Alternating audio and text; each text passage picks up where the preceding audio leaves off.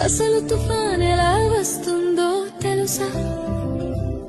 సముద్రం మొదట ప్రశాంతంగా ఉంటుంది, అలలు మెల్లగా తాకుతూ ఉంటాయి. కానీ సూర్యుడు బాగా వేడెక్కితే సముద్రపు నీరు కూడా వేడిగా మారుతుంది. ఆ వేడి నీటి మీద ఉన్న గాలి కూడా వేడి అవుతుంది, పైకి ఎగురుతుంది. గాలి పైకి ఎగినప్పుడు కింద ఖాళీ అవుతుంది.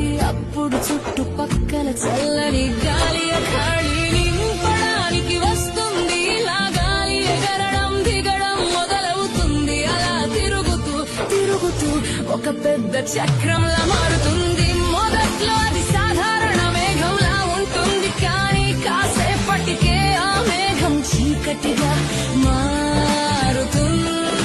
మేఘాల మధ్య మెరుపులు మెరుస్తాయి, గాలి గర్జిస్తుంది.